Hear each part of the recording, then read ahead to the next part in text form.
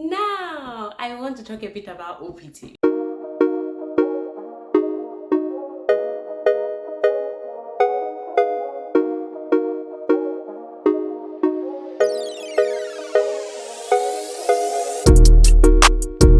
Let's talk about OPT, which is optional practical training. As an LLM student, it's important to know this because a lot of LLM students come here and they feel like, oh yeah, I'm going to get the 3 years. No, boo boo.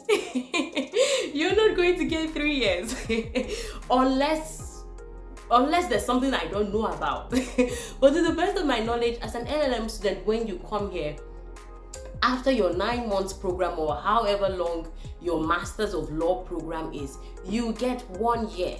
You get 1 year of OPT, your optional practical training, which is where you work, right? It's very different from the STEM students, which are like the science, technical, engineering students who have the option of having 3 years. As an LLM student, you don't. You have only 1 year, right? And that means you need to start thinking on your feet. You need to start thinking on your feet from the moment you arrive. It does not mean you don't enjoy the program. You just need to be proactive. But in addition to that, so what is an OPT? OPT gives you a full-time 1 year. You're able to work full-time. Something I forgot to mention about CPT is that CPT can be part-time or full-time. But if you do 1 year full-time of CPT, you might not get your OPT, right? So for me, what I did was 6 months part-time, and then I still was able to get my OPT. I will provide all the resources for you below in the description box. I know this can be a lot of information. Just bear in mind that you get CPT when you work while you're a master's student, if you internship or get some sort of experience, but you get OPT afterwards. There are times when you can start your OPT earlier, but I don't feel like that's what I want to talk about in this series. All I want to tell you here is that OPT is afterwards. For OPT, you don't need a job offer. For OPT, you actually apply to USCIS. I'm going to provide like what USCIS means. The USCIS means United States Citizenship and Immigration Services. So yeah, I know that's a mouthful, but I just call it the USCIS. So you would typically be applying to the USCIS. I would encourage you to apply early. There's been a lot of backlog. It's been especially with COVID, so apply early. And what you get is that the USCIS will give you an EAD card, right? To the best of my knowledge, that's what happened to me. They give you an EAD card, but make sure you apply early. Make sure you apply before your program is completed. Don't apply after your program is completed because you could spend your whole OPT time waiting. I also know that you don't work until you get your EAD card. I don't know if there have been any changes to that. So if anyone knows that there have been changes to that recently, please put it in the comment section for others to know. But you don't work until you get your EAD card, and you also get another endorsement on your I-20 showing that you have your OPT.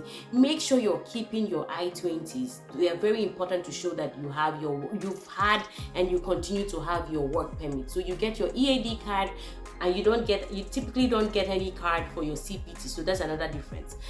But there's something tricky I want to highlight at this point. You get only 12 months of OPT after every educational level. For a Masters of Law student, what does that mean? I know a lot of people who say, okay, I know what I'm going to do. I want a lot of OPTs, like I want a lot of 12 months duration to work, and so they do 5 masters or they do multiple masters program. You can't get multiple OPTs, right? So you can't say, oh, I'm pursuing a master's in intellectual property law now, and right after that I'll go for my OPT of 1 year, go back to school and pursue a master's in corporate law, and then go back again and get another 1 year 1 year OPT to work. Well, first of all, kudos for thinking that way, because it must mean you have a lot of money to spend going to school. But it doesn't even work that way. You only get one your OPT, and I'm going to talk a bit about how to navigate this in another segment, not in this. But the rule as it is that you can't get multiple OPTs per educational level, right? So if you've done your masters and you've exhausted your OPT, You can't go back to school for another master's and get another OPT. Your best option at that point is to move on to a PhD, which, is for the academic gurus, right? Which is for the academic gurus. And after your PhD, you probably will still get 1 year of OPT. So that's something to think about. But I just wanted you to have all this context. I hope it's useful for you. I hope you bear in mind, right, that you need all these work permits, and you're keeping your CPTs, your OPTs, you're keeping everything, you're making sure you're keeping your endorsements, you're just being on point with the things you have to do, right? Because that will go a long way.